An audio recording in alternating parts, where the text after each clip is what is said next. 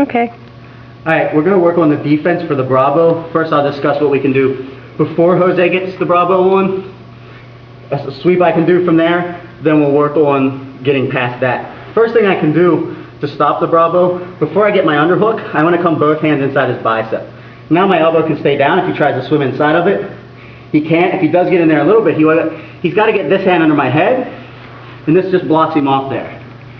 Here and here. One thing I like to do then with this hand, so the Bravo, if I reach the whole way through now and come underneath, now he's going to go underneath my neck and lock up the choke. What I can do from here is I'm here, Jose starts to come underneath, I'm going to put my elbow right into his elbow. Now I'm just going to swing my hand and put it on, watch this arm real quick, put my arm trapping his elbow there and there. So if he's down, he's trying to swim that inside, now he can't anymore. I've blocked it off. The sweep we're going to do from here, I'm just going to roll my wrist from stiff arming his hip, reach down, grab his hand. Once I grab his hand, I'm going to shoot my arm a little bit deeper. Look at one. So now my elbow is underneath his armpit. We're down here. Now I can simply do is I'm just going to bridge back that way and elbow back towards my hip here, which is going to lift Jose off. Now I can get the sweep off of it. So again, we're here. First defense is here, blocking off. He starts coming in. As soon as I feel that, I'm going inside his hip and my elbow staying tight here. Swim your arm through. Much harder for him to get through there. I'm still biceps here, my neck's away. My hand is now going to slide down to where it can grab his hand. Here, once I grab his hand, I get a little bit lower. Wrist control, elbow up a little quick.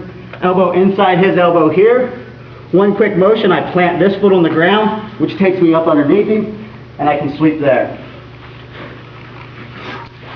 Now, worst case scenario, Jose gets this underneath the whole way, locks his bicep up.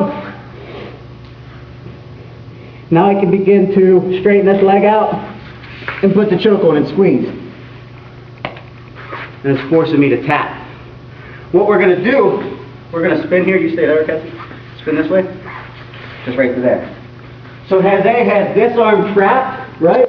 He's coming through. Lock it up right there. This arm is the one that's causing me to be choked.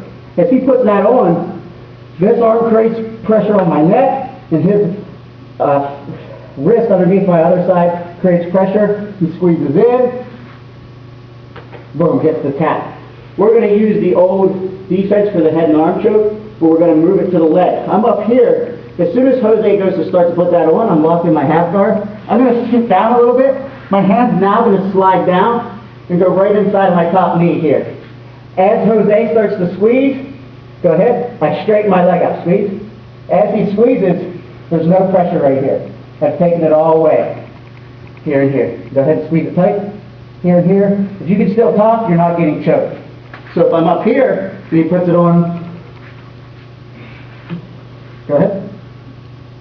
Tap right away. He goes to put it on, my hand comes inside my leg, I straighten my leg out, go ahead. All day I can stay here. Let's go with worst case scenario. First let's show that from a different angle, just so they can see that there's no pressure on my head.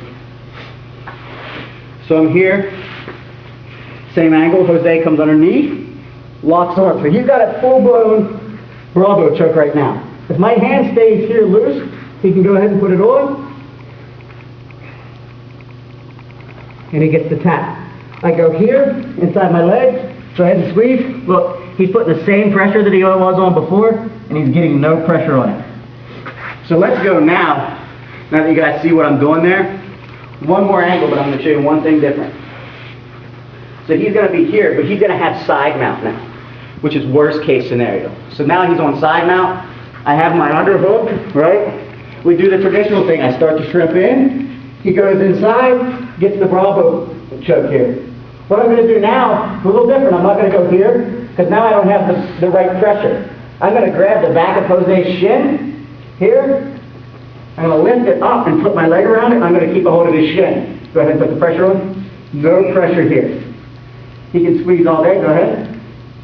But look what happens, guys. Whenever he pushes that way and he starts squeezing, look, I have his leg bent inside his D-pad, inside his leg. Sweep right off of it. Because he's leaning that way. Let's go one more angle to where your butt's facing them. Here. So he's inside mount, I'm sorry. Here. He goes to put the move on. Right here, if I don't block it, he squeezes in, gets the tap. This hand is free. He's going right inside his ankle. As he goes to put it on, I lift, track right inside my leg. I lift my leg and straighten here. Go ahead and squeeze. There's no pressure there. No pressure. When he squeezes like that, he leans forward, either inside his knee or his D pad. Simply just cup and roll over here and come up to side mount. So give that block a try, George. Let me know how it goes.